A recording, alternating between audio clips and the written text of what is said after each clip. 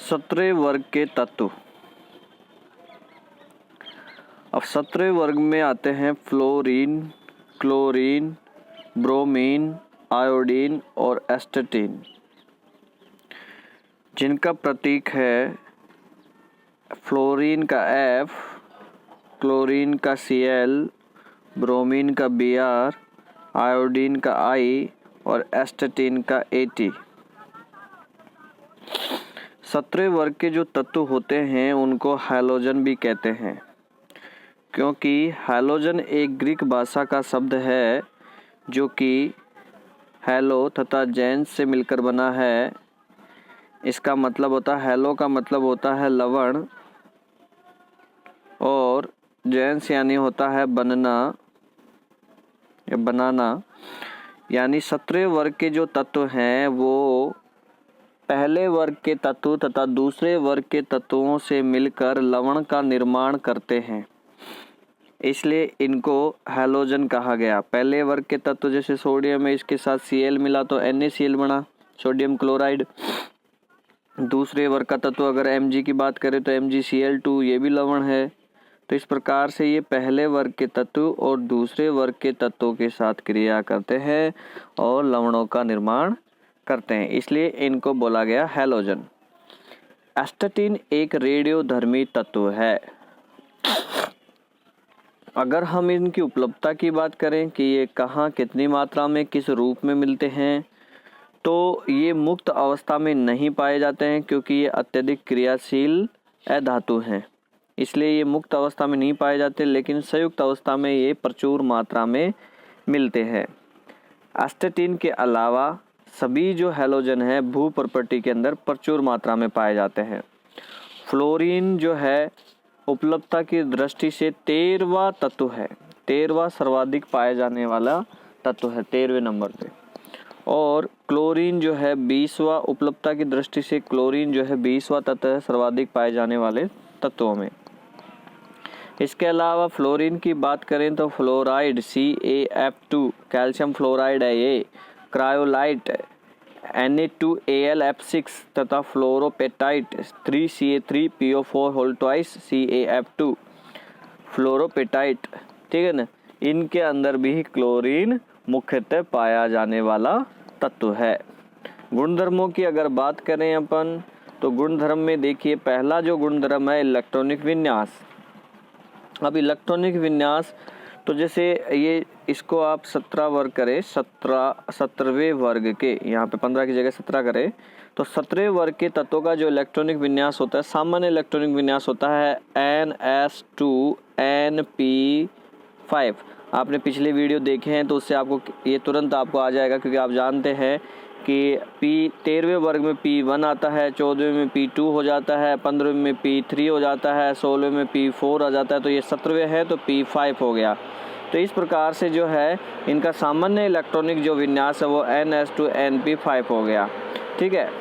Next अगर बात करें इनके परमाणु क्रमांक और परमाणु द्रव्यमान की, तो ये यहाँ पे देखिए आप इनका परमाणु क्रमांक और परमाणु द्रव्यमान लिखा हुआ है। फ्लोरीन का 9, क्लोरीन का 17, Br का 35, I का 53 और एस्टेटीन का 85 है।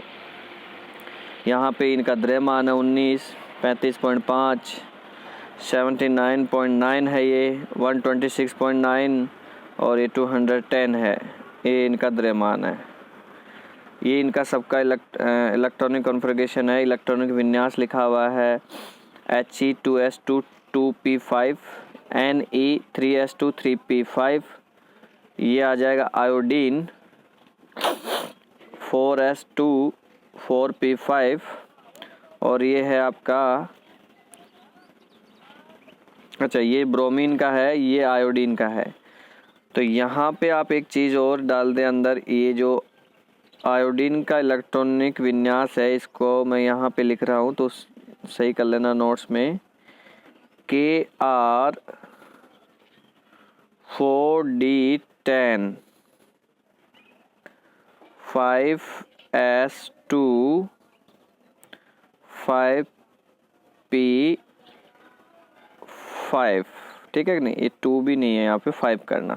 ये आयोडीन का इलेक्ट्रॉनिक विन्यास है, इसको नोट्स में आप सही कर लेना, बच्चे ने गलत लिख दिया है, ठीक है नहीं। इसके अलावा बात करें एस्टाटीन का इलेक्ट्रॉनिक विन्यास, ये होता है जिनोन 4f14 5d10 6s2 और 6p5। चलो परमाणु त्रिज्या की बात करते हैं। परमाणु त्रिज्या जो है वर्ग में ऊपर से नीचे जाने पर आकार बढ़ता है। अब तो ये सीख ही गए आप, ऊपर से नीचे जाएंगे तो आकार में क्या होगी, वृद्धि होती जाएगी। क्यों होती जाएगी, क्योंकि एक नया कोष जुड़ जाता है, कोष नया जुड़ता है। आयनन एंथैल्पी की बात करें तो जब ऊपर से नीचे जाते हैं तो क्या होता है, आकार क्या हो रहा है, बड़ा हो रहा है। और हम जानते हैं आयनन एंथैल्पी क्या होगी, जैसे जैसे आकार बड़ा होगा वैसे वैसे आयनन एंथैल्पी क्या होती है, कम होती है। तो वर्ग में ऊपर से नीचे जाते हैं तो आयनन एंथैल्पी का मान कम होता है, क्योंकि आकार बड़ा होने के कारण प्रभावी नाभिक के आकर्षण बल में कमी आती है इलेक्ट्रॉन पर। इलेक्ट्रॉन लब्धि एंथैल्पी, तो इलेक्ट्रॉन लब्धि एंथैल्पी भी आकार पर निर्भर करती है। आकार बड़ा होगा, अगर जैसे जैसे आकार बड़ा होगा वैसे वैसे इलेक्ट्रॉन लब्धि एंथैल्पी कम हो जाती है। अब इलेक्ट्रॉन लब्धि एंथैल्पी के बारे में मैंने आपको बता रखा है कि इसका मान पॉजिटिव भी होता है, इसका मान नेगेटिव में भी होता है। धातुओं का होता है पॉजिटिव, अधातुओं का होता है नेगेटिव। 17वां वर्ग कौन सा है, 17वां वर्ग तो अधातुओं का है, अर्थात इनकी इलेक्ट्रॉन लब्धि एंथैल्पी माइनस में होती है। और ऊपर से नीचे जाएंगे तो वो क्या हो जाएगी, कम माइनस में होती जाएगी, मतलब घटता जाएगा मान, माइनस में कम हो जाएगी कहने का मतलब। क्योंकि ये एक इलेक्ट्रॉन ग्रहण करके तुरंत जो है उत्कृष्ट गैसों का विन्यास प्राप्त करते हैं। तो वर्ग अगर आवर्त में अपने अपने आवर्त की बात करें तो इनका सर्वाधिक होती। अगर यूं चलेंगे तो ये लास्ट में 17वें वर्ग में यहाँ आ रही है 18 से जस्ट पहले। तो ये एक इलेक्ट्रॉन ग्रहण करते ही नोबल गैस कॉन्फ़िगरेशन प्राप्त कर लेती है, नोबल गैसों की तरह इलेक्ट्रॉन विन्यास हो जाता है, जिसके कारण से इनकी इलेक्ट्रॉन लब्धि एंथैल्पी जो है सबसे ज़्यादा होती है, परंतु माइनस में होती है। और ऊपर से नीचे जाएंगे वर्ग में 17वें में तो क्या होती है, कमी आती है उसमें। यहाँ अच्छा क्वेश्चन है, क्लोरीन की इलेक्ट्रॉन लब्धि एंथैल्पी फ्लोरीन से अधिक होती है, क्यों, जबकि ऊपर से नीचे जाने पर तो कम होती है, फिर ये ज़्यादा क्यों होती है। तो इसका आंसर आप दोगे कि फ्लोरीन का आकार छोटा होने के कारण जो कक्षक हैं, पी कक्षक के इलेक्ट्रॉन जो हैं वो पास पास होते हैं, ठीक है ना, पास पास होते हैं। अब पास पास होने के कारण इनमें जो है प्रतिकर्षण जो है ज़्यादा लगेगा, जिसके कारण से जो इलेक्ट्रॉन लब्धि एंथैल्पी है वो कम होगी, जबकि क्लोरीन की ज़्यादा हो जाएगी, क्योंकि उसमें थोड़ा साइज बड़ा होता है, जिससे कि फ्लोरीन की अपेक्षा प्रतिकर्षण कम लगता है, ठीक है। विद्युत ऋणता की बात करें तो विद्युत ऋणता में देखिए ऊपर से नीचे जाने पर विद्युत ऋणता में कमी होती है, क्योंकि आकार क्या होता जाता है, बड़ा होता जाता है, ठीक है कि नहीं। पूरी आवर्त सारणी में सर्वाधिक जो विद्युत ऋणता है वो किसकी है, फ्लोरीन की होती है। सबसे ज़्यादा जो विद्युत ऋणता फ्लोरीन की होती है, क्योंकि इसका आकार भी छोटा है, और आकार छोटा दूसरा प्रभावी, वैसे इसके अलावा हाइड्रोजन वगैरह है इनका भी आकार छोटा है, लेकिन उनमें प्रभावी नाभिक के आकर्षण बल फ्लोरीन के जितना नहीं होता, जिसके कारण से उनकी विद्युत ऋणता इतनी ज़्यादा नहीं होती जितनी कि फ्लोरीन की है। इसलिए फ्लोरीन एक ऐसा तत्व है जिसकी सर्वाधिक विद्युत ऋणता होती है। नेक्स्ट वीडियो लेक्चर में अपन भौतिक गुणों की बात करेंगे।